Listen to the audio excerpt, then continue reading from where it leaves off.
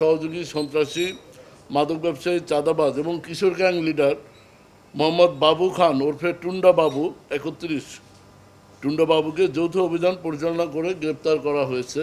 আমরা গ্রেপ্তার করেছি র্যাব ২ এবং র্যাব ৬ যৌথভাবে অভিযান পরিচালনা করে আমরা গ্রেপ্তার করি। এটার বিষয়ে আমরা আরও বিস্তারিত অবহিত করব।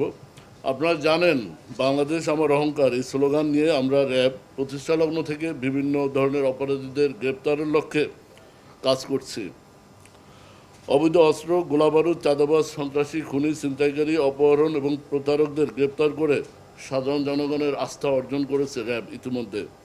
এছাড়া মাদকের ভয়াল বিস্তার রোধে র্যাব নিয়মিত মাদক বিরোধী অভিযান পরিচালনা করে যাচ্ছে। আপনারা জানেন মাদকের চোরাচালান, চোরা কারবারি, চোরাচালানের রুট পর্যন্ত আমরা বিভিন্ন অভিযান পরিচালনা করি। ৫ আগস্ট থেকে আজ পর্যন্ত র্যাব ২ মোহাম্মদপুর, ঢাকা, তার এওয়ার এবং এওয়ারের বাইরে থেকে আমরা ৬৮টি বিদেশি অস্ত্র উদ্ধার করেছি। আমরা প্রায় ১৩,০০০ গুলি দেশি বিদেশি উদ্ধার করেছি। মাদক, ইয়াবা, হিরোইন, ফেন্সিডিল, বিদেশি মদ উদ্ধার করেছি এবং এ সংক্রান্তে প্রায় ৭০০-র অধিক আসামি গ্রেপ্তার করেছি। আপনারা জানেন সম্প্রতি মোহাম্মদপুরে অবস্থিত জেনেভা ক্যাম্পের শীর্ষ মাদক ব্যবসায়ী, সন্ত্রাসী, চাঁদাবাজ ভুইয়া সোহেল ওরফে বুনিয়া সোহেল এবং মাদক ব্যবসায়ী চুয়া সেলিম, এই ২ শীর্ষ সন্ত্রাসীকে আমরা গ্রেপ্তার করে আইনের আওতায় নিয়ে আসছি। এই জেনেভা ক্যাম্প একটি মাদকের স্বর্গরাজ্য ছিল। এই ২ টপ মাদক ব্যবসায়ীর পতনের পর মাদকটা অনেক জেনেভা ক্যাম্পে মাদক ব্যবসা এখন অনেকটা নিয়ন্ত্রণে। আপনারা জানেন মোহাম্মদপুর আদাবরে আলোচিত শীর্ষ সন্ত্রাসী কবজিঘাটা আনোয়ার যে এলাকার সাধারণ জনগণের মনে একটা আতঙ্ক ত্রাস তৈরি করেছিল, আমরা সে আনোয়ারকে গ্রেপ্তার করে আইনের আওতায় নিয়ে এসেছি। এরই ধারাবাহিকতায় গতকাল ২ জুলাই রাজধানীর মোহাম্মদপুরের কবজিঘাটা আনোয়ার গ্রুপের প্রধান সহযোগী, যার কথা বললাম,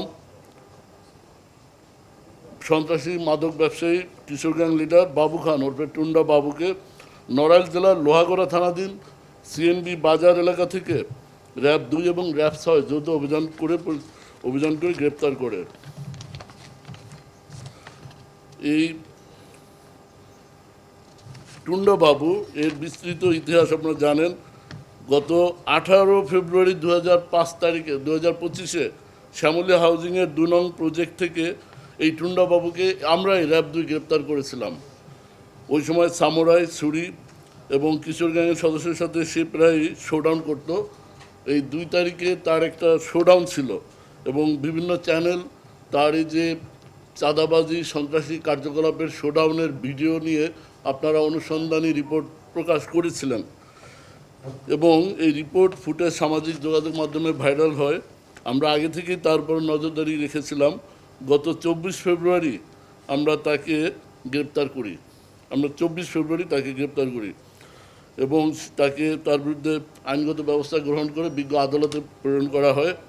কিন্তু দুঃখের বিষয় ২ মাস ১০ দিন পরে ৫ই মে সে আবার ছাড়া পায় এবং ছাড়া পেয়ে এলাকায় এসে সে একইভাবে আবার সেই পূর্বের যে সন্ত্রাসী কার্যকলাপ, কিশোরগঞ্জকে নেতৃত্ব দেওয়া, মাদক ব্যবসায়, চাঁদাবাজি এবং কবজিঘাটা আনোয়ারের অনুপস্থিতিতে তার শূন্য জায়গা পূরণ করার জন্য সে আরও দ্বিগুণ বেগে এলাকায় সন্ত্রাসী কার্যক্রম শুরু করে এবং আপনারা জানেন যে এরপর থেকে আমরা তাকে গ্রেপ্তারের জন্য তাকে অনুসরণ করি এবং গতকাল আমরা তাকে গ্রেপ্তার করতে সক্ষম হই।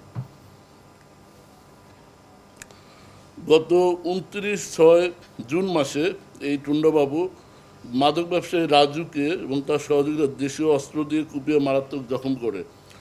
তার বিরুদ্ধে এ যাবৎ এবং এছাড়াও ৩০ জুন সে আদাবর থানায় টুন্ডাবাবুর সহযোগীদের বিরুদ্ধে একাধিক মাদক ব্যবসায়ীকে হত্যা চেষ্টার অভিযোগে মামলা রেকর্ড করা হয়। তার বিরুদ্ধে এ যাবৎ মোহাম্মদপুর আদাবর অন্যান্য থানা এলাকায় ৪টি হত্যা মামলা, ২টি ডাকাতি মামলা, ২টি মাদক মামলা এবং ২টি দস্যুতা মামলা রয়েছে।